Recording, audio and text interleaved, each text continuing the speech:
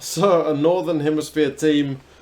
It'll be another day when I post the video, but earlier today I recorded a video for a Southern Hemisphere team. It was sunny, peachy outside, and now a few hours later it is absolutely miserable. So, there goes the stereotype about North and South.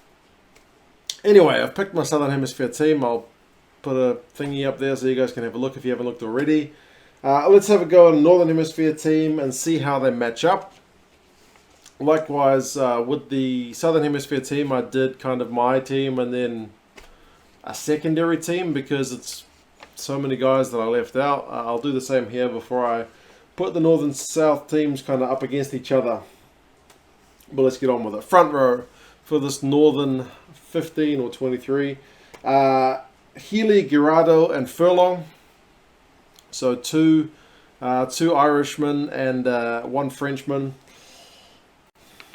I mean, to be honest, when I started this channel, it was about the same time as the Six Nations this year. So at that time, my eyes were more focused on Super Rugby because I was trying to get the channel off the ground. I followed the tournament and I watched all the highlights, but I didn't really spend a whole lot of time watching every game. But, I mean, Ireland did very well in that tournament. And Girardo was one of the top tacklers for the French teams. I know that from watching the 10-14. Very good analysis they did of it. So, yeah, from what I've seen of Girardo as well in November, he was one of their top men. He seems to be Mr. Consistent in a French team which lacks consistency. And those two Irish props just keep... I mean, Furlong gets all the credit, but Healy is there as well. And they are just demolishing some of the world's best front rows. I mean, Furlong as well clearly loves a good tackle.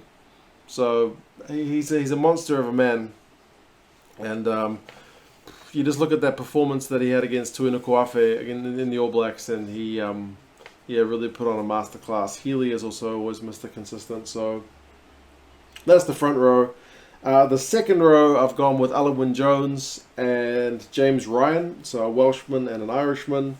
Again, both players that are just absolute class for both their sides. Alan Wynne-Jones, he's actually probably got a lesser work rate than Ryan, but he's older. So that's the thing. Ryan is ridiculous with the work he gets around the park. He's often the top tackler. He's had the most runs.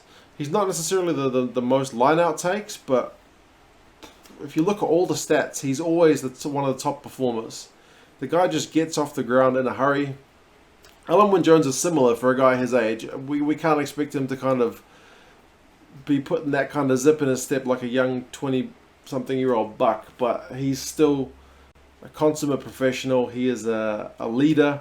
We saw that in November when some of the games were getting a bit niggly or threatening to kind of get derailed into a way that they didn't want to go down. He's not putting up with any nonsense, and he's in the ref's ear to try and make sure that things are lined up correctly, as a good captain should be doing. He's good at that, and yeah, he's not getting pushed around. So that's a very classy locking duo. In the back row, blind side I've gone with Itoje, open side I've gone with Tipperick, and at number 8 I've put Peter O'Mahony. So, you know, Itoje and O'Mahony could be in different positions. You could put Itoje in the second row. O'Mahony could be at number 6, but I put him at number 8. Itoje, I mean, gives you another option at line-out time because Alan Wynne-Jones and Ryan aren't always the key strike men for the line-outs for both their teams, so it's good to have another option. And he's another one who gets around the park a lot. He's a feisty competitor. I know he rubs some people the wrong way. Part of that is probably just because he's English, and we all love to kind of give the English guys a bit of stick. It just seems to be a thing in the rugby world. But he is a class player. Tipperick just gets... I mean, that game against Australia, I think, did he have the most turnovers? Or was he second? Either way, he was putting on a bit of a masterclass, and he was up against guys like Hooper and Pocock. So Tipperick is a man. He's good in the line-out as well, and yeah, at the breakdown, he's just phenomenal. Tackle count is always through the roof. O'Mahony, interestingly, looking at his stats, he's never the top tackler, and he's never like the top meters run. But he always has those absolute key game-breaking moments. It is things like turnovers, like line-out steals. He's amazing at that.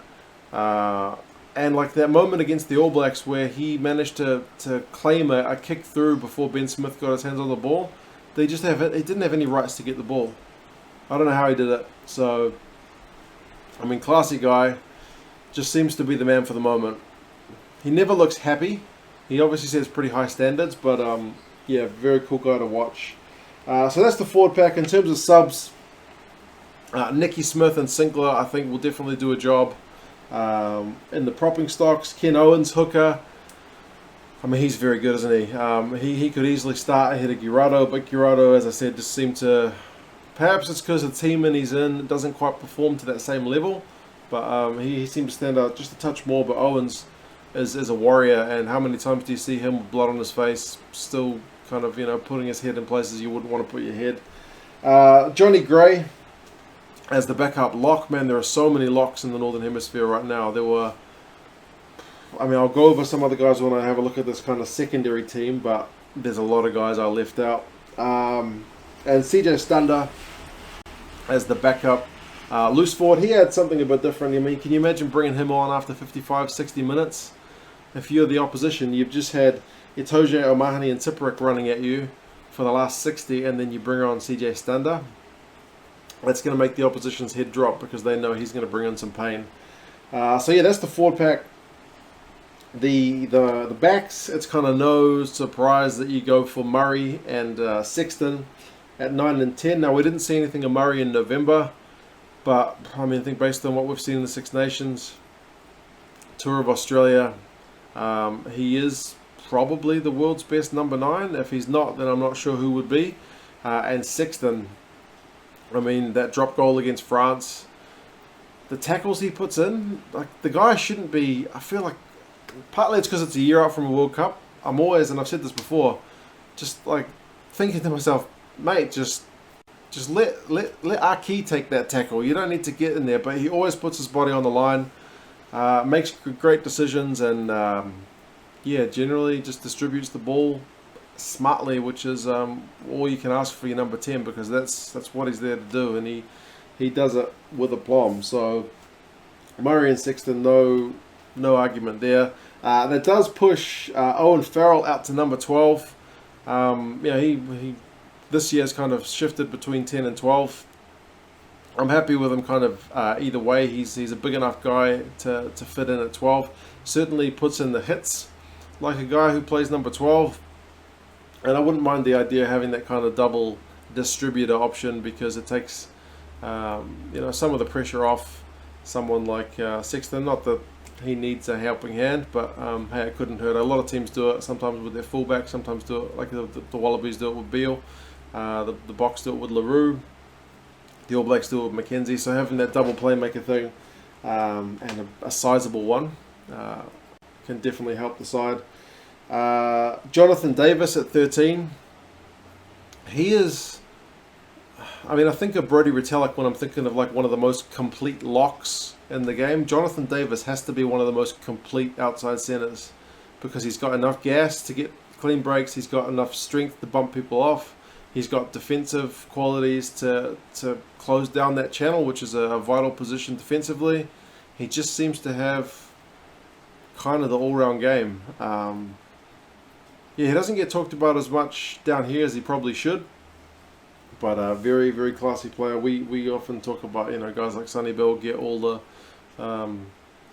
plaudits in the midfield, but man, a guy like Davis, if you got him there, he's just reliable. You know what you're going to get, and it's always very good. Outside backs, Stockdale on the left wing, Johnny May on the right wing, and Hogg at fullback. Again, I think those are some pretty deadly players. Stockdale has just been tearing it up all season. He's really putting his mark on the landscape of world rugby. He's come out recently and said that pretty much the fear factor of the All Blacks is now gone. I don't blame him, man. The guy's a young dude and he's just gone in and beaten them. Why would you be worried about that? It's kind of like he's too young to know any better. He's only known a lot of success, so doesn't have any fear factor, which is going to work in his favor. May, with those feet, you really never know when he's going to make a break, because he can do it from anywhere. My daughter's crying. She doesn't like the picker, mate. She might have gone for George North. But, hey, Johnny May's a danger man. I guess he's kind of reined it in over the years. He seems to be making more sensible decisions rather than just running anything and everything. So, always gonna be dangerous. And Stuart Hogg, just one of the world's best players. I could have gone for a fair few guys here, but again, he's another playmaker. He's going to make things happen. Dangerous guy. I'm pretty happy with that back three. That's pretty deadly looking. That's excitement. Backup number 9. I've gone with Youngs because I think with his kicking, he's one of the better number 9s at just getting it. Not always, but kind of on a string. He's able to drop it just outside the 22, or just beside the touchline, so that the chasers, even if the opposition catch the ball, the chasers are able to just take him out. He's very good at that. I've gone with Finn Russell. He can kind of cover fly half or midfield. He's another. I mean, he's unlucky not to make the team, but geez, you got guys like Farrell and Sexton, so kind of spoiled for choice around that area. And I've gone with Teddy Tomar as kind of outside back cover. He's another guy, excitement machine player. Sometimes bamboozles people to the point where even his own teammates don't know what he's going to do, so they're not able to capitalize on what he's going to do. But another kind of excitement machine player. So, yeah, man, that's a pretty sweet looking team. Again, it's only my team. There are other guys who will have, pretty much everybody would have their own 23 if you're looking about who you'd pick. Like I said, I'm not going to do honorable mentions, but I will run just very briefly through my secondary 23 because there's just so many guys that get left out. I feel bad. So Vunipola, McAnally, and Nell. Front row, Launchbury and Toner. Second row, that's pretty nice. Pickamoles, Watson, and Wilson. The back row, again, you're just getting kind of spoiled for choice. Laidlaw and Anscombe. Different style players, but both having pretty good years. Archie and Ringrose. The fact that I don't have any of the Irish guys in that midfield is kind of a travesty, so I had to put them here. Liam Williams, George North, and Lee Halfpenny. All Welsh back 3. I mean, any of them could pretty much walk into that starting team, to be fair. And, yeah, reserves. Moon, Francis, Hartley. I know people don't like Hartley, but I think he's still got something to offer. Cruz, Parise, I've got to have an Italian in there. Gareth Davis, Daly, and Hart. I already put Halfpenny in there. Oh, I'm short one player. Who's my backup kind of fly half or midfielder? I left one name off. Who else could I have? I mean, if you want to go Tommaso Allen, it's not really a sexy pick if you go in Italian. I could go with Hastings. He's looked pretty good for Scotland. He's exciting.